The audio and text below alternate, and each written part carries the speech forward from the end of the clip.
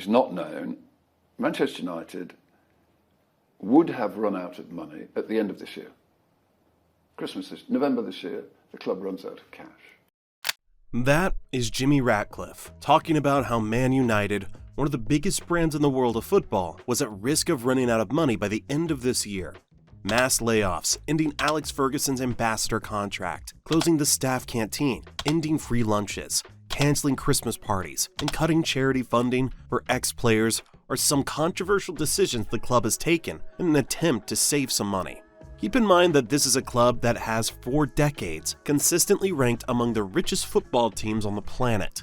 A global brand with millions of fans, billion-dollar sponsorships, and a stadium that prints money every match day. So how does one of the wealthiest brands in sports history find itself on the verge of going broke? Well, this is a story of negligence, incompetence, and straight-up greed.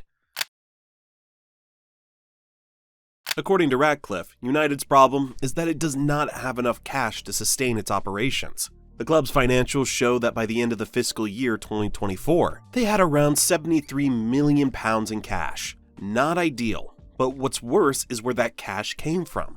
Look at this. This is the club's cash flow statement from the 2024 fiscal year. Look at this line. It shows that the club only had a £2.5 million decrease in its cash balance in 2024, which isn't terrible. After all, football clubs often experience cash flow swings.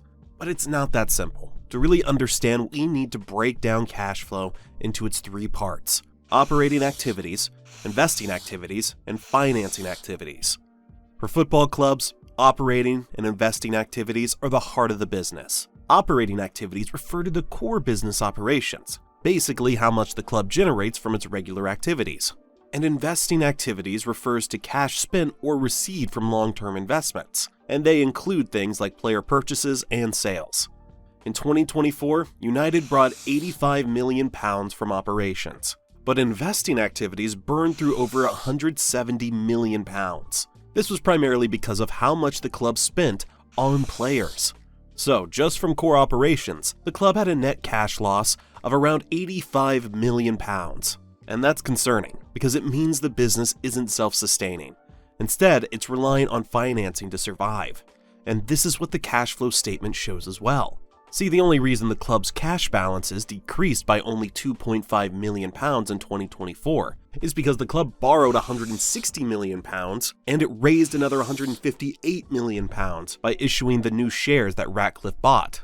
Relying on financing to keep going is not sustainable because first, you can't keep issuing new shares to attract new investors, and second, borrowing money means paying an interest in that money, which can deteriorate the situation even further.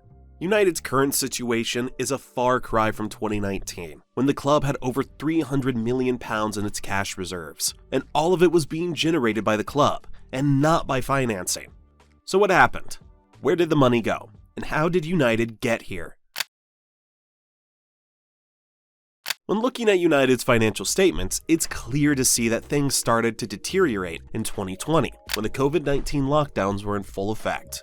Revenue plummeted from £627 million in 2019 to around $500 million in 2021.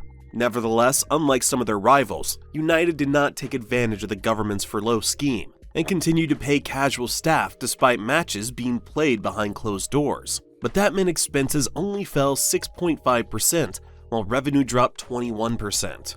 With a smaller amount of money being generated, United had to turn to their cash reserves to fund their operations. By the end of the 2020 fiscal year, the club had used £256 million of its cash reserve, leaving it with only £51 million. While the pandemic definitely impacted the club, it's not the only reason United found themselves in this situation today. After all, many other clubs face decreases in their revenue and cash reserves, but not all of them are strapped for cash now. By far the biggest problem at Man United has been their reckless spending since Alex Ferguson retired, which has finally caught up to them. It didn't take long to see that United had relied on Ferguson's singular genius for too long, and once he was gone, the club lacked a clear succession plan or a modern football structure. After Ferguson's retirement, United went on a series of high-profile managerial appointments, each with differing philosophies. United's lack of sporting vision and structure meant that the club constantly found itself in this endless loop of rebuilding, where they moved from manager to manager in hopes of finding glory. Parallel to the managerial chaos, the club's recruitment strategy was widely deemed dysfunctional, with no director of football until 2021. Ed Woodward and the ownership often prioritized superstar signings and commercial appeal over a coherent long-term plan. As a result, United's transfer spending skyrocketed. By 2024, the club had spent around £1.7 billion on transfer fees in the post-Ferguson era. Yet many of these expensive recruits failed to justify their fees, and several were allowed to leave for free. Take Paul Pogba, brought back in 2016 for a record £89 million fee. Pogba's second spell was marked by inconsistency and injuries. 6 years later, he walked away on a free transfer at age 29, meaning United lost a huge asset without recouping a penny. This pattern repeated with others. Alex Sanchez, Herrera, Mata, and Marshall are some players that left for free, despite the club spending a substantial amount of money to buy them. Even if United managed to sell the players, they were often sold at a steep loss. Fred, Van de Beek, Wan-Bissaka, and Jadon Sancho are some examples of that. This meant that player sales, a massive source of money for a well-run club, were basically non-existent for Man United. In fact, United's net spend since 2013, which basically measures the difference between money spent on player acquisitions and money generated by player sales, runs over £1.1 billion. Years of on-pitch mediocrity have also caught up in terms of revenue growth. Besides missing out on millions of pounds by failing to qualify for the Champions League, the club has also become a less attractive option for commercial deals. In 2024, the club's top line grew by only 2%, whereas the 2025 forecasts show that it will fail to achieve even that level of growth. So unsurprising to no one, years of reckless spending on players and years of lack of on-pitch success have led to a very negative impact on the club's finances. But there is also another factor that has accelerated Man United's demise, and that factor is the Glazers, the club's majority owners. If you talk to a United fan about the club's situation, it probably won't take long for them to mention the Glazers, and they have a point.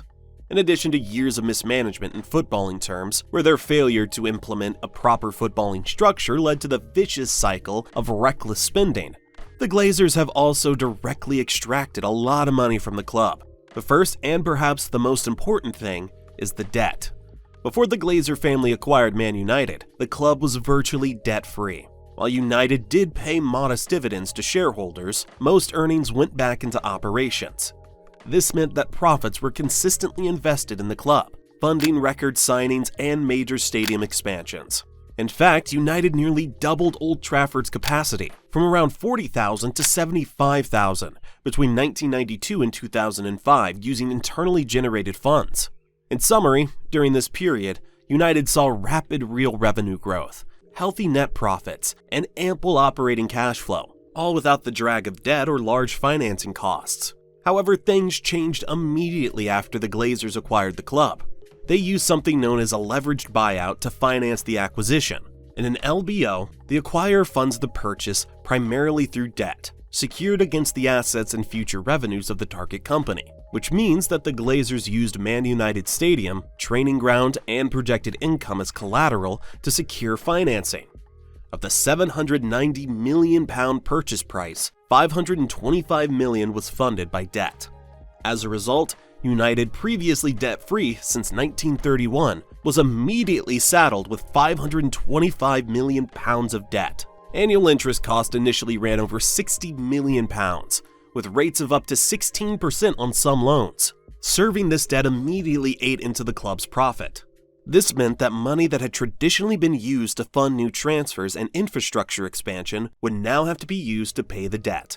Since the Glazer takeover, Man United had paid over £1 billion in net interest. This means that since 2005, over £1 billion have been extracted from the club to pay interest on the debt, most of which is debt that the Glazers used to acquire Man United. Even more interesting is the fact that despite this, the club still has a debt of over £545 million as of 2024. But that's not all. I mentioned earlier that prior to the Glazer acquisition, United would sometimes distribute a dividend to the owners. However, this was not a set thing that happened every year. Instead, the board would look at the club's financial environment and decide whether distributing the dividends made sense, and in many years, the board decided not to pay it. However, this has not been the case under the Glazers. United began regularly paying out dividends in 2016 and have steadily rewarded shareholders with an average payment of £22 million per season, typically with one installment in January, then another in June. The club has paid out a total of £166 million in dividends since the 2005 takeover. Even during the pandemic years of 2020 and 2021, when it was clear that the club's finances were in trouble, United still paid out a dividend.